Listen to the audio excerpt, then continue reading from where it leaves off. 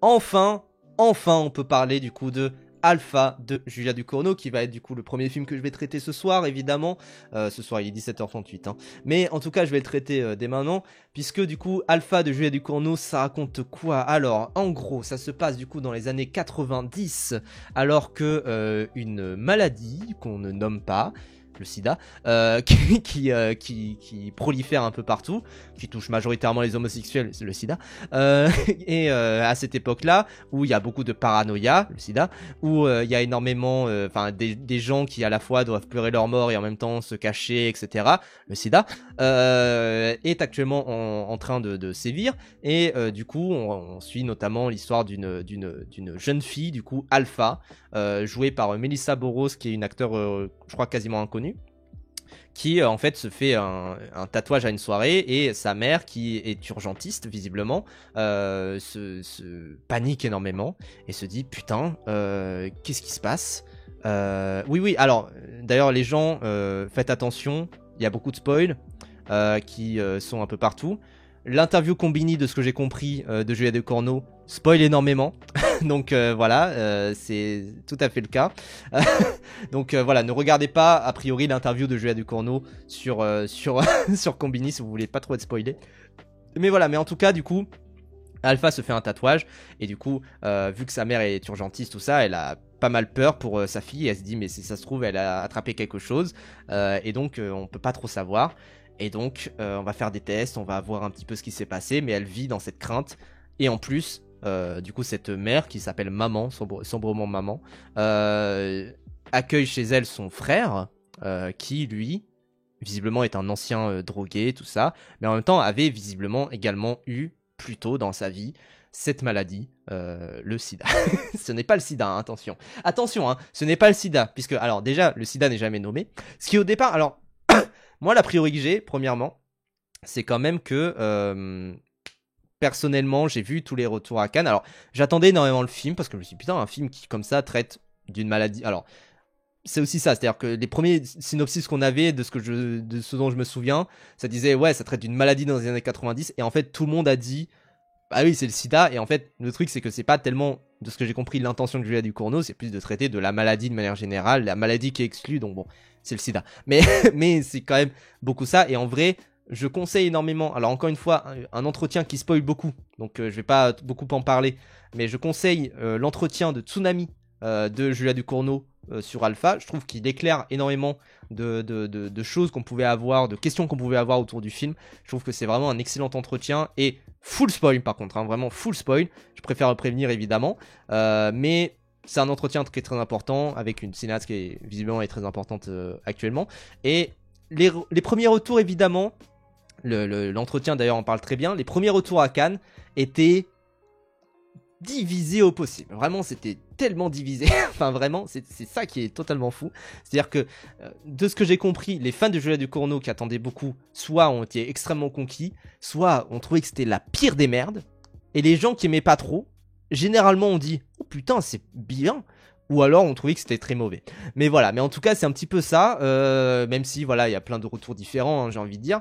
Et là du coup, Titan, moi j'avoue que j'avais beaucoup d'attentes, et ça a vraiment épousé toutes mes attentes. Enfin vraiment, enfin moi ce que j'ai, alors c'est un film qui est très dense, où il se passe beaucoup de choses, mais en même temps c'est un film qui est relativement resserré. L'entretien de Tsunami en parle très bien, mais Julia Ducournau on en parlait très bien, on en a parlé énormément dans beaucoup d'interviews. Mais en fait le truc c'est que là, elle a envie de globalement se rapprocher de son sujet. Parce que en fait, Julia Ducournau, on la connaît pour des films de genre, pour Titane, pour Grave. Et en fait, là, elle voulait moins faire un film de genre parce que le film de genre, en fait, impose une distance. Elle le souligne très bien, c'est qu'en fait, le film de genre impose le fait que tu regardes un film. Et du coup, tu sais que tu regardes un film, et tu sais que tu regardes un film qui est un petit peu à part.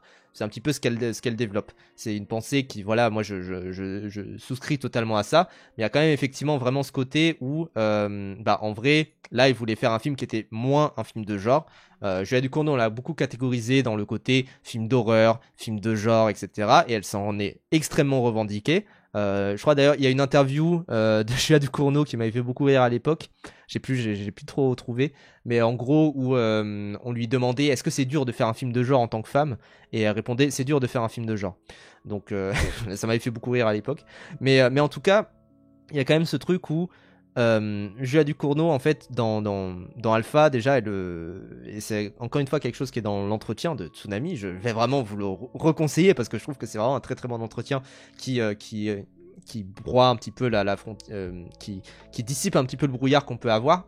Mais je trouve que il revient un petit peu sur cet aspect du deuil éternel qu'on peut avoir, sur l'aspect vraiment très personnel également de vivre son deuil et vivre son trauma également, vivre son traumatisme à ce moment-là, personnellement, de manière très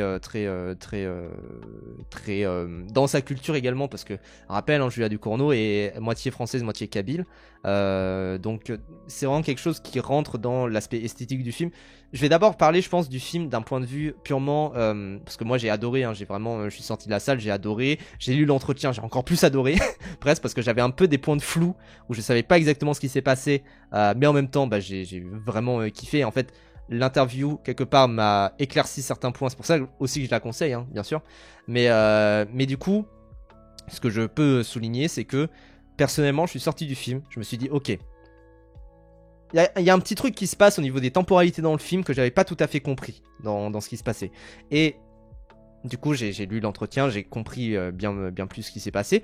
Mais par contre, là où je suis sorti du film avant de lire cet entretien-là, c'est que je me suis dit, putain, c'est un film qui est fort. Alors déjà, moi, ce que j'adore, personnellement, cette photographie. Alors, je sais que la photographie d'Alpha a été beaucoup commentée pour son côté vraiment terne, gris.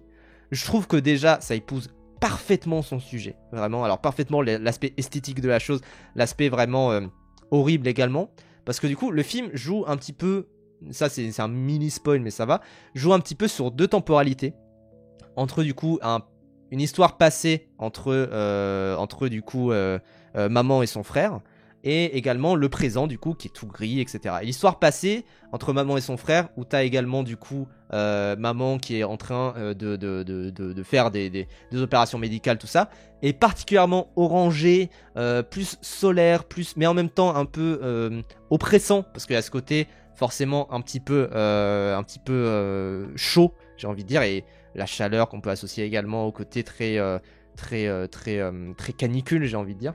Je la trouve immonde, je suis incapable de voir le film pour ça. Mais moi, personnellement, j'adore.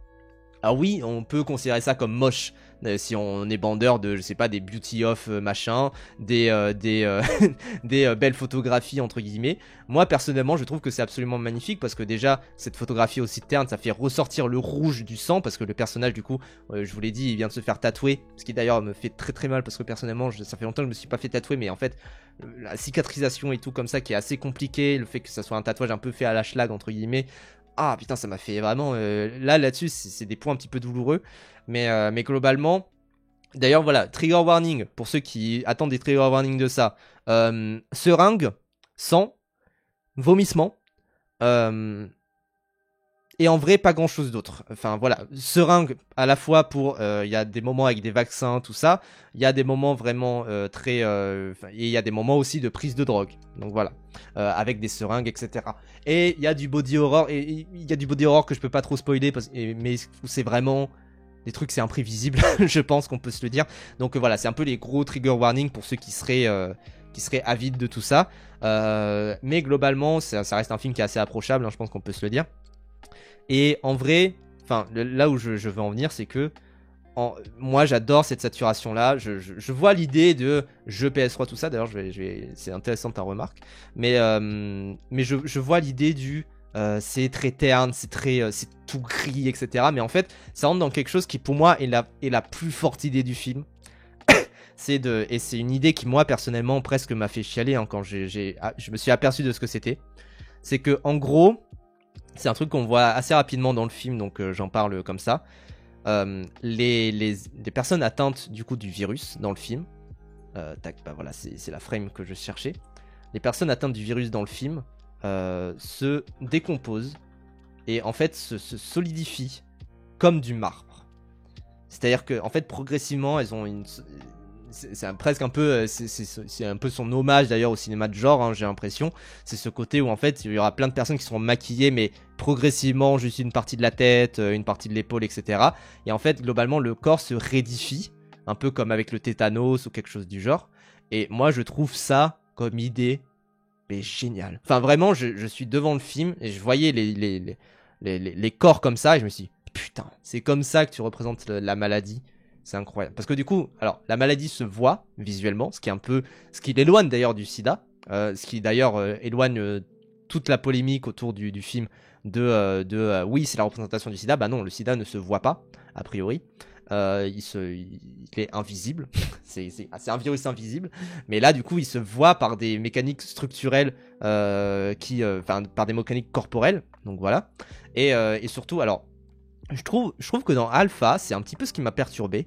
J'ai l'impression qu'il y a pas mal de références, alors peut-être sans le vouloir, un peu aux jeux vidéo, parce que j'avoue que cette idée en fait de représenter les corps qui ont du coup la maladie, qui ont attrapé la maladie, par le fait de raidir le personnage et de le transformer en marbre, moi personnellement, c'est pour ça la story que j'avais faite, ça m'a beaucoup fait penser à Final Fantasy XVI, qui a exactement la même manière en fait de montrer les personnages qui sont exclus de la société et qui ont trop utilisé leur pouvoir et qui ont trop utilisé de la magie pour transformer en statue. Ça fait aussi penser évidemment à toute la mythologie grecque et ça fait aussi penser, comme ça montre dans le formidable le formidable entretien de chez Tsunami, ça fait penser aux cathédrales, ça fait penser à un aspect très religieux également. Je trouve que c'est un film qui est très habité d'une forte spiritualité d'ailleurs, Alpha. Et aussi, il y a une seconde idée qui est vraiment pas mal dans le film, qui arrive assez tardivement. C'est cette idée d'une sorte de poussière, c'est le vent rouge, ça s'appelle, qui en fait imbibe les corps, qui notamment, c'est une des dernières images du film, qui imbibe un des corps et qui reste en soi, ce qui d'ailleurs est une formidable métaphore du deuil, ce qui vraiment est absolument magnifique. C'est là pour le coup, je peux aller sur la fin de l'entretien avec Julia Ducournau, où je trouve que c'est vraiment très très beau. Est-ce qu'on peut se remettre d'un traumatisme? À partir du moment où il est nommé, oui. À partir du moment où on vit la souffrance et qu'on l'accepte. Et surtout qu'on accepte ce qui s'est passé. Je pense que oui. Après, on parle du traumatisme. La question du deuil, c'est encore autre chose, puisque d'abord il y a le trauma, et après il y a la possibilité ou l'impossibilité de faire son deuil. Et moi je pense que le deuil, par contre, une fois qu'il est fait, devient un état éternel pour nous, de la même manière que mes gisants deviennent éternels.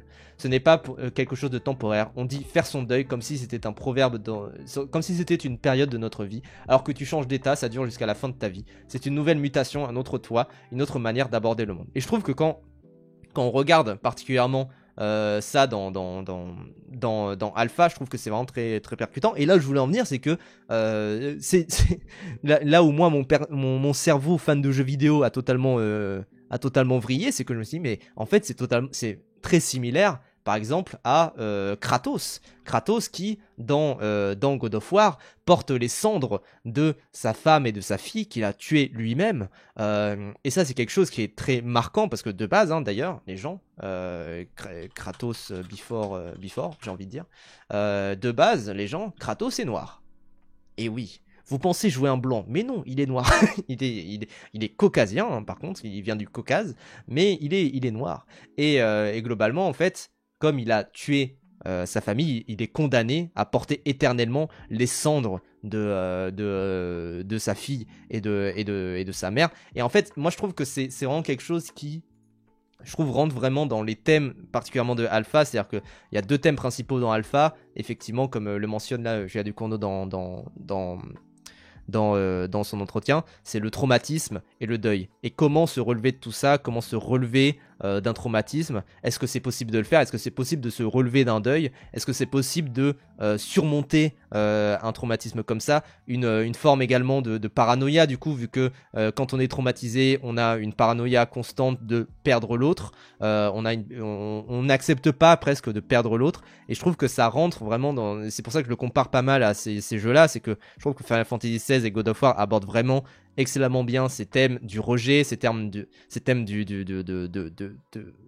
comment dire, d'une division de la société entre plusieurs personnes. Dans Final Fantasy XVI, c'est beaucoup ça. Dans Final Fantasy XVI, c'est beaucoup cet aspect très la division entre ceux qui sont porteurs ceux qui sont porteurs de pouvoir, etc., qui sont utilisés comme des esclaves et qui en vertu de ça, et c'est d'ailleurs, pour moi, c'est l'élément le plus tragique de Final Fantasy XVI, c'est, en fait, ils sont porteurs d'énormément de pouvoir, et en fait, quand ils utilisent leur pouvoir, ils se transforment progressivement en pierre, et ce qui donne des scènes absolument magnifiquement, comment dire, magnifiques et macabres, c'est ça qui est très beau là-dedans, et je trouve que il y a vraiment ce truc où cette division du coup de la société, cette division du coup de marginalité également, je trouve que c'est très très bien traité dans Alpha, parce que du coup le traitement de la marginalité, alors Pattinson je vais te ban, je trouve que c'est Final Fantasy XVI c'est pas loin d'être un de mes jeux préférés, d'ailleurs c'est un de mes jeux préférés, mais clairement pour moi, ce traitement de la marginalité, je trouve qu'il est vraiment excellent dans Alpha. Et je veux dire, il y a des excellentes qualités, je trouve, dans le film, hein, au-delà de tout ce traitement-là qui, pour moi, en fait, moi, le mot qui m'est venu, personnellement, devant le film, c'était la noblesse. C'était vraiment la noblesse, c'était la noblesse de l'hommage, en fait, à tous ces morts du sida, mais aussi aux morts du Covid. Hein. Julia Ducournau a dit, bah, vous savez, c'est autant le sida que le Covid. Et clairement, c'est cet hommage-là à tous les morts du sida, cet hommage-là à tous les morts de maladies également qu'on n'a pas pu soigner, qu'on n'a pas pu aider, parce que pas assez de moyens. Pareil, il y a un message hein, aussi sur le côté pas assez de moyens, pas assez de temps pour traiter les malades, etc. Et du coup, le traitement des maladies qui est de plus en plus précaire, ce qui vraiment, personnellement, je trouve que c'est vraiment très pertinent dans notre époque actuelle hein, bien sûr, et je trouve que là-dessus c'est vraiment un très très grand film parce que qui va rendre hommage aux morts du sida, qui va rendre hommage à tous ces gens là sans faire un film qui peut tomber dans le pathos comme 120 battements par minute, qui est au demeurant un chef d'œuvre hein, vraiment un très très bon film bien sûr, mais qui tombe un petit peu dans ce côté assez pathos, et globalement il y a quand même ce côté où ce que je vois dans Alpha, c'est vraiment cette noblesse du voilà comment personnellement je rends hommage à tous ces morts, et tout pour moi prend sens dans la scène de fin, et même avant hein, bien sûr il y a des scènes vraiment absolument spectaculaires, mais clairement toute la scène de fin rend vraiment ce bel hommage en fait à tout ce qui se passe en fait plus tôt dans le film, parce qu'on a quelque chose où on comprend tout ce qui s'est passé, on comprend tout ce qu'il y a pu y avoir, et on comprend tout le chemin qui a pu être parcouru, et on comprend tout le chemin qu'a pu parcourir notamment le personnage de maman, où je trouve que c'est vraiment un film, enfin moi je trouve que c'est un film où je comprends quelque part qu'il y a eu des mauvais retours à Cannes, parce que c'est un film où il faut laisser beaucoup maturer. Personnellement, je trouve que c'est vraiment ça. Faut vraiment laisser énormément maturer et énormément voir le côté très comment dire bon, la métaphore est ultra obvious. La métaphore est pas du tout subtile. Tout le monde a compris que c'était le sida, tout le monde a compris que c'était ça, bien sûr. Mais il y a vraiment un côté où le message, par contre, sur le deuil, sur le trauma, etc. Je trouve il passe vraiment beaucoup de temps là-dessus. Il y a pas mal de scènes, notamment il y a une scène dans une salle d'attente d'hôpital également sur quelque part le traitement en fait de la chose, le traitement de qui sont les personnes qui ont le sida, comment est-ce qu'elles devraient être traitées, est-ce qu'elles devraient être traitées comme des moins que rien, comme des bannis de la société, est-ce qu'elles devraient être traitées comme des personnes normales, bon je pense que vous savez à peu près mon opinion, mais ou même est-ce qu'elles pourraient pas être traitées comme au-dessus, j'ai envie de dire.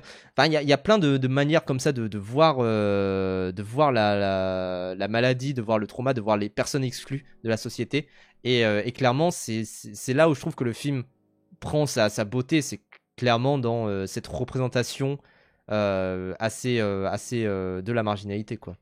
J'ai pas vu le film mais je comprends, mais je pense que je vais avoir la take d'écran large du Ducournau en 3 films à la speedrun la carrière Cronenberg et son intellectualisation froide qu'il a mis 30 ans à mettre en place.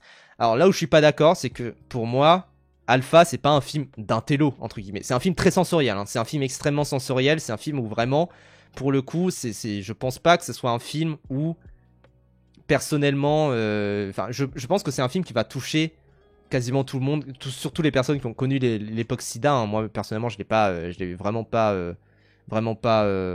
connu. Le film est équitablement rejeté par la presse spécialisée et les spectateurs en tout cas. Alors Rose Cheval tu dis ça, mais tu sais les retours à Cannes, bon déjà ils étaient assez divisés, mais bon comme d'hab à Cannes j'ai envie de dire plutôt négatifs, ça je te rejoins, mais j'ai l'impression que les retours en dehors de Cannes, maintenant que du coup il y a moins de hype, qu'il y a moins de gens qui s'attendent vraiment à ce que ça soit le film de l'année, etc., les gens sont plutôt positifs. Enfin, vraiment, moi, ce que je note, c'est que la carrière du film, en dehors de Cannes, elle est très positive. C'est là où je trouve qu'il y a un truc qui est très bizarre avec le film, et où je trouve qu'il faut pas nécessairement le juger en dehors, à l'intérieur des retours de Cannes, etc.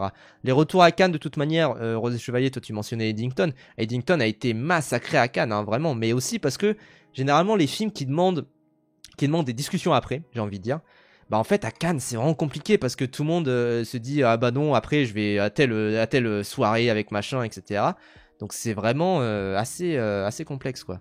Dans sa manière d'aborder l'horreur, elle est à deux doigts de parler des vérités d'horreur. Oui mais ça vous savez, les vérités d'horreur, c'est aussi le problème, c'est la rejection de l'horreur dans le milieu cinéphile de manière générale aussi, hein, bien sûr. Je vais pas défendre le terme vérités d'horreur, je trouve que c'est de la merde, hein, bien sûr, et je trouve que c'est de la merde de l'utiliser, mais la vérité, c'est aussi, enfin, quand t'es dans un milieu intello comme peut être Julia Ducournau, où elle a une palme d'or, tout ça, et que tu dis ah bah je vais faire un film d'horreur, ça va être vu ah bah oui tu vas faire ton petit nanar, tout ça.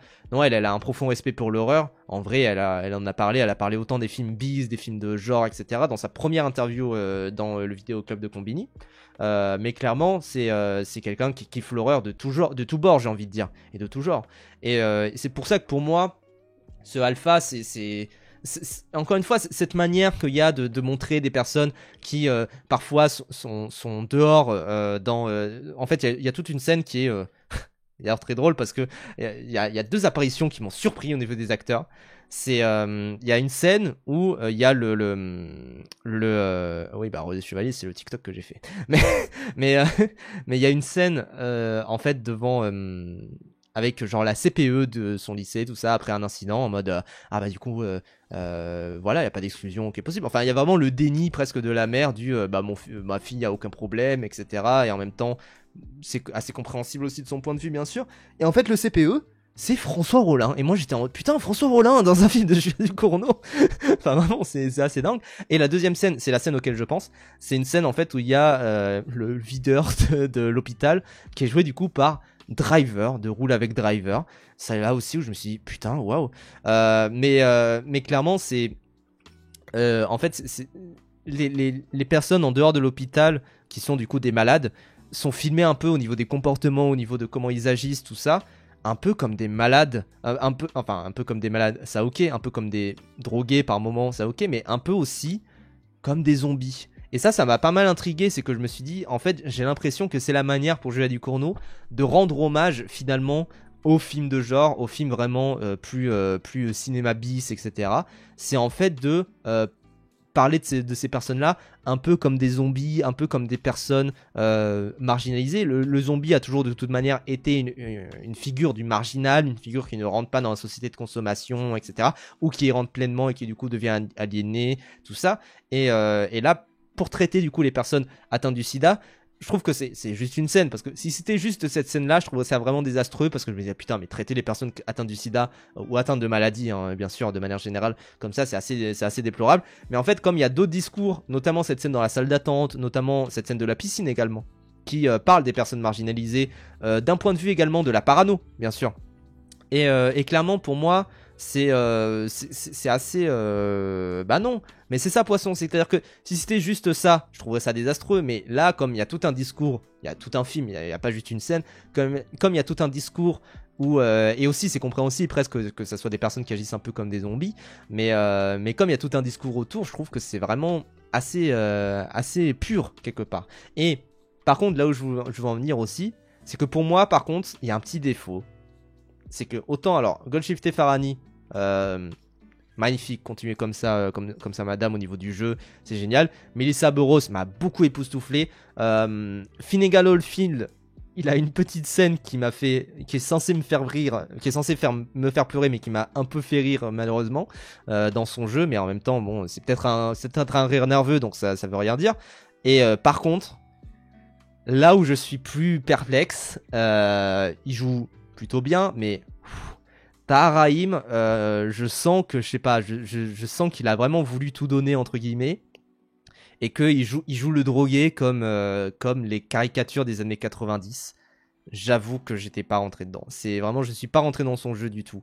C'est vraiment pas du tout. Mais ça, jouer faux, j'ai trouvé. Ah bah moi, j'ai trouvé que son jeu était vraiment assez spectaculaire, porté beaucoup par, je sais pas, par par sa gueule et sa physicalité par moment, mais je trouve qu'elle a vraiment un jeu super chouette, notamment, enfin voilà, la scène de la plage là typiquement, et la scène dans l'hôtel également. Enfin, c'est vraiment des trucs où ça m'a époustouflé. Et juste le regard de fin, je trouve qu'il est vraiment génial. Il y a des petits moments où, oui, ça se voit que c'est. Je crois que c'est un de ses premiers films, hein, Melissa Boros, si je me trompe pas.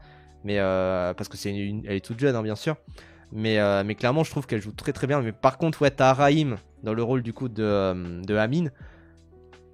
J'ai eu du mal, hein, parce que vraiment le jeu. Enfin, cette scène-là, typiquement, elle est très bien jouée, mais globalement, le jeu, de manière générale, du personnage. Vas-y, j'ai un peu des problèmes, quoi. Enfin, je suis vraiment pas rentré dedans. Et je trouve que c'est assez chiant. Donc voilà, c'est un petit peu regrettable à ce niveau-là, je dirais.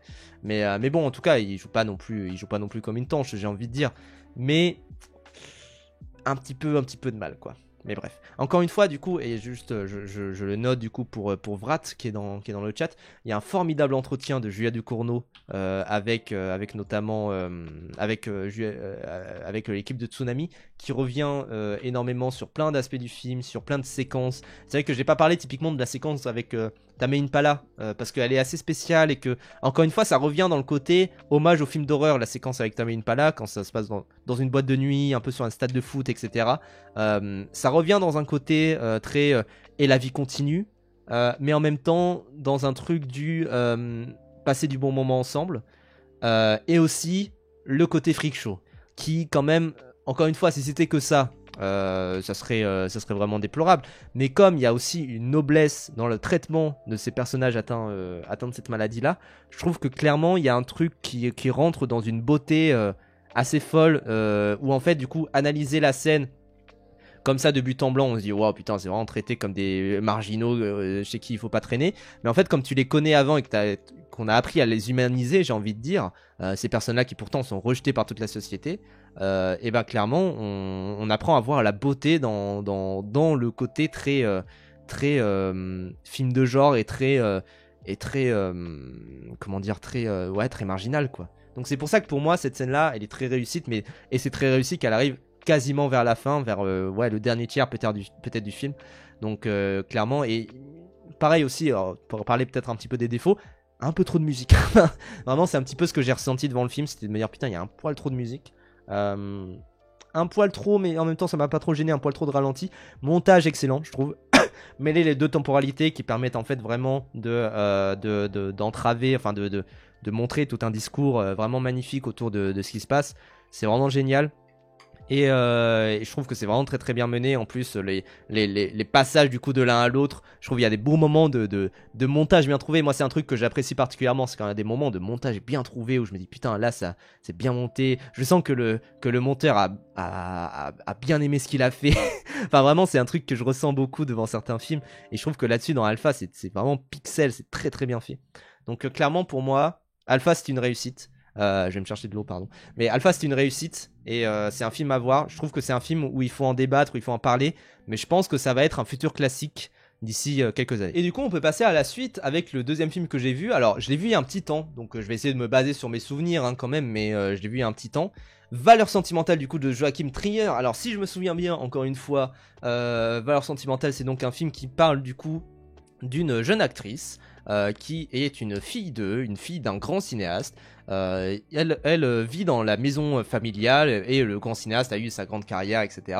Et là, du coup, ce cinéaste fait son prochain film, sauf qu'il a engagé une actrice américaine relativement connue et que en fait, elle n'a pas engagé sa propre fille, sachant que en vrai, ils avaient un rapprochement où elle tournait dans ses films plus jeunes, etc. Et du coup, en fait, c'est globalement ce qu'on peut dire, c'est que ça reste un mauvais père. Ça reste un père qui, en soi, a été assez peu présent pour ses deux filles, parce que l'autre fille jouait également, hein, bien sûr, mais des rôles plus mineurs. Et globalement, sa fille qui est comédienne, elle essaye de se détacher de l'image de son père, mais en même temps, elle a besoin de son père pour lui parler, etc. Bon, alors moi, Joachim Trier, je suis pas un grand fan de son cinéma, j'avais vraiment pas trop adoré Julien en 12 chapitres. Je trouve que voilà, on tombe pas vraiment dans quelque chose qui soit génial non plus. Enfin, personnellement, j'avoue que je suis vraiment pas mal passé à côté en termes émotionnels, quoi. C'est-à-dire que je sens que c'est un film qui est censé, voilà, me faire ressentir des trucs, je sais pas, sur la famille, sur le sentiment de se faire rejeter par son propre père, etc. Peut-être, voilà, Oslo 31 août, c'est un chef-d'œuvre, hein, ça bien sûr, mais c'est déjà plus ancien dans sa carrière. Et j'ai l'impression que là, il est sur un tournant, ouais, très bourgeois, quoi, parce que enfin, c'est vraiment l'impression que j'ai, parce que là, clairement, je trouve que toutes les motivations du film, toutes les aspérités du film, toutes même des thèmes du film, ça reste quand même des trucs assez bourgeois, quoi. C'est-à-dire que ça me touche pas particulièrement. Je trouve qu'on reste dans un côté très à l'intérieur de cette bourgeoisie-là, de ce côté très. Enfin, ça manque d'un rappel, j'ai envie de dire. C'est vraiment quelque chose qui manque, je trouve, souvent dans les films de Joachim Trier, c'est que ça manque d'un rappel. C'est pour ça que Oslo 31 août était vraiment bien fait. C'est que ça manque d'un rappel du putain, quand même, on est dans notre monde, machine hollywoodienne. Et en fait, ce que j'ai pas trop apprécié, c'est qu'en fait j'ai l'impression que pour Joachim Trier, qui du coup a acquis une grande renommée internationale grâce à The Worst Person in the World, Julien en 12 chapitres, c'est qu'en vrai j'ai l'impression que pour lui la frontière qu'il y a, qui est intéressante à observer, c'est entre le cinéma américain et le cinéma norvégien. Ça reste quand même des trucs relativement similaires, ça reste le cinéma dans les deux cas. Et je me dis, bah oui, alors oui, le personnage du coup joué par Elle Fanning, elle est un peu sur un autre monde, etc. Elle est un peu extérieure à tout ça, on sent qu'il y a un côté où ils sont pas en osmose, etc. Et que du coup le personnage joué par Stellan Skarsgård, là je sais plus son nom, oui, il a l'air d'être un peu sur enfin d'avoir envie de rejoindre ce cinéma là, d'avoir envie de rejoindre du coup cette forme là peut-être de classe sociale qu'est le cinéma états-unien. Mais moi personnellement j'avoue que je suis pas vraiment rentré dedans parce que je me dis mais c'est pas, enfin ça reste quand même une aspérité qui est relativement calme et soft, quoi. Et en fait j'avoue que du coup tous les thèmes je ressentais pas. Je sais que c'était un truc, voilà, c'était une parodie pendant longtemps pour Durandal, c'était de dire ouais je ressens pas d'enjeu. Mais là je me dis, enfin, je ne comprends pas pourquoi je suis censé suivre ces personnages-là, quoi, j'ai envie de dire. Et je suis pas avec eux émotionnellement, je suis pas avec eux dans ce qui se passe, dans les événements, dans la suite des événements. Alors par contre, ouais, il y a une petite poésie, effectivement. C'est vraiment l'aspect qui m'a un petit peu touché quand même. Et t'as raison, Yon, là-dessus. C'est qu'il y a toute une scène d'introduction autour de cette maison, familiale, qui a connu tant de choses, etc. Et ça, c'est un truc qui est relativement universel. Et je me suis dit, putain, en fait, il essaye de toucher à quelque chose de plus universel, là où, je sais pas, Julien en 12 chapitres était trop renformé dans son personnage. Et en fait, finalement, il rentre dans son personnage totalement sur la suite. Et c'est vraiment quelque chose qui, moi, que j'ai assez redouté. Alors, par contre, voilà, le film a des qualités techniques. Il est très bien réalisé, très bien joué. Voilà, ça joue très bien. Il y a des scènes qui sont vraiment chouettes. Cette scène-là sur le lit, elle est vraiment chouette aussi. Ça joue bien, globalement. Il y a un bon travail sur le son. Alpha, d'ailleurs, aussi, il y avait un très très bon travail sur le son. J'ai oublié de le souligner. Mais clairement... Sinon, j'avoue que je comprends pas en fait cette frontière qu'il peut y avoir. Et j'ai l'impression, ouais, que c'est un film c'est un film un peu, enfin, sur lui d'une certaine manière, hein, peut-être parce que globalement, quand vous faites un film et que vous mettez un réalisateur à l'intérieur, oui, c'est sur vous. Genre vraiment, c'est obligatoire, j'ai envie de dire. Et il y a quand même cet aspect où j'ai l'impression qu'il a envie de dire, ah oui, mais ne vous inquiétez pas, je vais rester dans la Norvège, je ne vais pas succomber aux foudres du cinéma hollywoodien. Sauf qu'il a fait un film vraiment calibré pour Hollywood, quoi. Et globalement, c'est un peu ça. Et moi, j'avoue que c'est vraiment le truc qui m'a assez fait sortir du film, quoi. C'est que je me suis dit, oui, bon, ça reste des petits délires de petits bourgeois. Après voilà, c'est sympathique, c'est pourquoi pas, mais je vois pas, en fait, je vois pas ce qui toucherait universellement dans Valeurs sentimentales. Il a eu le Grand Prix à Cannes, hein, quand même, hein, les gens, donc ça reste quand même un film qui va bénéficier d'une grande renommée, je pense, comment dire, d'un aspect où ça va beaucoup en parler, évidemment. Mais je trouve quand même que je vois pas l'aspect vraiment universel. Et c'est pour ça, quelque part, que je me dis, bah putain, ça a eu le Grand Prix. Bah oui, évidemment que ça va plaire aux gens de Cannes qui sont que des gens du milieu et qui vont être très touchés par ce récit sur l'art, sur la manière de, enfin sur les, mais presque. En fait, c'est ça que j'aime pas trop aussi, c'est que quand on fait un film sur l'art, fait un film sur l'art, fait pas un film sur la prétention d'être un artiste en fait quelque part. Moi, c'est un peu ce que je reproche aussi, c'est que c'est trop un film sur la prétention d'être un artiste, plus que sur l'art en lui-même. Ce qui, je trouve, est assez regrettable, quoi.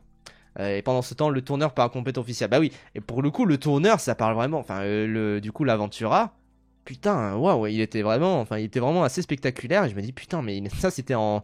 Enfin, c'était en. Je sais plus si c'était en hors compétition. Non, c'était au Acide, c'est ça, c'était au Acide, il me semble. Oui, c'était le film d'ouverture d'Acide, pardon. Mais en tout cas, clairement, ça me paraît vraiment. Ouais, c'est un film qui ne va plaire que à Cannes et que dans le petit milieu petit bourgeois du cinéma. Je vois pas en fait ce qu'il y a de touchant. Autant dans Juillet en 12 chapitres, je voyais à peu près ce qu'il y avait de touchant. Je me disais, ouais, ok, je comprends à peu près pourquoi on pourrait être touché par ce personnage-là, parce que en vrai, un peu extérieur et tout. Mais là, je trouve que c'est vraiment un film qui se regarde énormément. C'est un peu le reproche que je ferais, quoi. Donc bon. Et du coup, alors, alors ça peut vous faire rire peut-être, parce que je sais pas s'il y en a certains qui ont vu la bande-annonce, tout ça. Mais il se trouve que hier, je me suis dit, tiens, ça fait quand même un petit moment, enfin moi personnellement. J'ai quand même cet aspect-là où, personnellement, j'aime bien les films français d'action. Je trouve qu'il y a un vrai truc où les films français d'action, on avait une vraie maîtrise pendant un temps, hein, pendant très longtemps, on se disait putain, il y a vraiment quelque chose de... on a vraiment une maîtrise, on a vraiment des compétences, on a des bons cascadeurs, on a des bons réalisateurs. On pense à Xavier Jean, on pense à, je sais pas moi, un film comme Farang, typiquement Farang film. Moi j'en ai beaucoup parlé ici, Privan aussi à l'époque. Et il y a vraiment ce truc où c'était un super film d'action qui se tenait très bien, avec un super Olivier Gourmet d'ailleurs, et qui se tenait vraiment bien et qui divertissait énormément.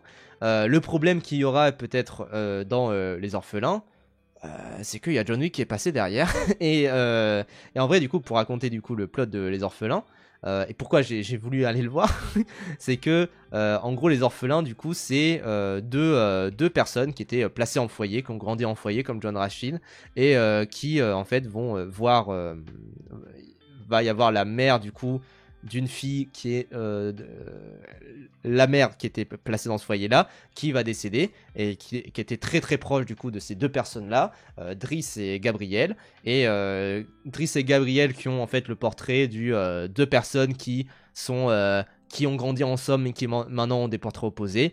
C'est quoi ce portrait là? C'est le petit flic voilà, de l'IGPN je crois. Et le gars qui fait des trucs de sécurité, pas très légal parfois, mais en vrai, voilà, c'est un prétexte pour faire en sorte que ça soit deux gros durs qui vont avoir des méthodes différentes pour appréhender les choses. Il y en a un qui va être très méthodique, faut faire les choses, etc. Faut faire bien les choses, et l'autre qui va juste être ultra bourrin et faire les choses à sa manière, foncer, etc. Et moi, là où j'étais un peu curieux, c'était premièrement Alban Lenoir. Bah en vrai j'ai rien contre lui, je trouve voilà, il est très sympa. On le voit beaucoup finalement, voilà, le flic et le bad boy, voilà. Mais Alban Lenoir, on le voit beaucoup dans des films genre Les Balles Perdues, Anti-Gang, etc. Et en fait, ce qui me hypait un petit peu dans ce film-là, c'était que je me disais, bah en vrai, pourquoi pas voir un film d'action comme ça au cinéma, parce que Les Balles Perdues, les Anti-Gang, c'est des films qui sont jamais sortis au cinéma, qui sortent que sur les plateformes. Ça me fait un peu chier quoi, et j'ai envie d'avoir un retour de ce genre de film là au cinéma, d'autant plus que c'est vraiment très très chouette à voir. Et le deuxième point qui m'avait donné envie, c'était Dali Ben Salah, du coup l'autre acteur qui joue du coup Driss. Et alors moi Dali Ben Salah je l'avais découvert du coup dans Je verrai toujours le visage, et j'ai trouvé sa performance absolument époustouflante, et donc je me suis dit putain j'ai envie de voir plus de lui. Et là je me dis putain là il est dans un rôle vraiment différent. Est-ce qu'il est bon? Et ben il est très bon, parce que globalement moi, là où quand même, je trouve qu'il y a des grandes qualités au film et je trouve qu'il y a vraiment des trucs assez déplorables, c'est que en vrai, les deux sont assez sympathiques. En fait, moi, si je devais faire une vraie critique du film, c'est que je me dis putain, en fait, autant Les Balles Perdues, tout ça, les films de plateforme, d'action, etc. Je trouve que parfois, c'est des films, voilà, assez. Heureusement que c'est sur une plateforme pour passer le temps, mais bon, c'est pas non plus du grand cinéma. Bah là c'est un peu l'inverse, c'est que je me dis bah putain c'est pas du grand cinéma, autant le voir sur une plateforme quoi quelque part. C'est un très très bon film de plateforme, j'imagine qu'il va attirer sur une plateforme et tout, et c'est un bon film vraiment qui se donne des grands moyens et tout, et où il y a des belles scènes d'action. Mais en fait malheureusement, bah il y en a pas assez, il y en a vraiment pas assez, et c'est un peu moi ce que je regrette beaucoup, c'est que putain ça manque vraiment de scènes d'action, et il y a beaucoup trop de scènes de parlotte. Le film dure je crois 1h30 à peu près. Et ça se réveille à peu près sur la dernière demi-heure où je me dis putain ça va vraiment, enfin il y a une grosse scène d'action sur la fin. Et là je trouve que ça manque de quelque chose parce que ça met je crois genre 30 minutes avant de vraiment lancer quelques petites scènes d'action comme ça par endroit. Mais je crois qu'il y a genre 3 ou 4 scènes d'action qui sont pas vraiment, enfin qui sont chouettes, hein, mais du coup il y en a vraiment pas assez. Et il y en a une des 3 ou 4 qui est vraiment un Vine, quoi. Enfin, je sais pas, c'est vraiment, ça dure quelques secondes. Et sinon, il y a une scène d'action à la fin qui est vraiment géniale. Mais sinon, c'est ultra. Enfin, qui est vraiment génial. Et encore que, voilà, les scènes d'action sont pas. C'est pas des trucs qui m'ont époustouflé. Mais je me dis, ouais, bon, c'est sympa, quoi. Et c'est vrai que ce film-là, du coup, je me dis, bah, en fait, ouais, les personnages sont sympas. Il y a un petit côté humour rigolo qui est pas totalement assumé. En plus, il y a un côté où parfois c'est un peu trop sérieux. Mais perso, je trouve que ouais, c'est pas terrible. Et par contre, là où je voulais en venir, c'est que je vois de plus en plus de films français qui utilisent de l'IA de manière assez bébête et vraiment où je trouve que personnellement, je suis pas contre nécessairement radicalement le fait d'utiliser de l'IA dans des productions si c'est pour faire des choses qu'un humain serait incapable de faire, j'ai envie de dire. Si c'est pour faire des choses où, enfin, typiquement la technologie deepfake, etc. La technologie du deepfake, de remplacer un visage sur un autre, c'est un truc qu'un humain est incapable de faire. Bon, par contre, j'ai quand même deux limites. C'est que premièrement, il faut bien le faire parce que, je veux dire, moi j'ai en tête évidemment la scène dans Ma Mère Dieu et Sylvie Vartan. Si je mets deepfake, est-ce que je vais le retrouver? Parce que pour moi, c'est une scène qui est vraiment extrêmement marquante. Mais je crois qu'elle a tourné sur Twitter. Les gens l'ont peut-être vu. Mais globalement, c'est une scène qui a beaucoup tourné. Et je veux dire, la scène dans Ma Mère Dieu et Sylvie Vartan, elle est absolument dégueulasse. Et surtout, pour moi, c'est vraiment un truc il faut absolument que ça soit quelque chose qui soit impossible à refaire. Là, dans Les Orphelins, ce que j'ai beaucoup regretté, c'est que dans le générique d'introduction, il y a, c'est même assez attendu, mais il y a en gros des archives de Alban Lenoir et de Dali Ben Salah et des acteurs quand ils étaient plus jeunes, tout ça. Le problème que j'aurais, c'est que en fait, c'est visiblement basé sur des vieilles photos qui ont été recueillies, c'est un truc qui se fait évidemment de partout, mais alors les vieilles photos sont assez mal photoshopées. Bon, peut-être que ça a utilisé de l'IA à ce moment-là, je sais pas trop, pour rajeunir les visages et créer des enfants artificiellement, ce qui d'ailleurs est assez, je trouve, inquiétant par rapport aux IA. C'est la capacité vraiment de pouvoir générer autant des enfants, je trouve que c'est vraiment très inquiétant. Et surtout par contre, à l'intérieur il y a des vidéos qui, elles, clairement, autant les autres, on peut se dire, bon, c'est peut-être un Photoshop un peu mal fait ou une IA, on sait pas trop. Mais les vidéos, par contre, les mouvements de caméra, les mouvements dans l'image, la compression, les mouvements des personnages, clairement, c'est de l'IA. C'est pour ça que moi, enfin, c'est un générique et je pense, peut-être fait en IA, peut-être que c'est juste dégueulasse, je sais pas trop. Mais clairement, pour moi, ça ressemble énormément à de l'IA.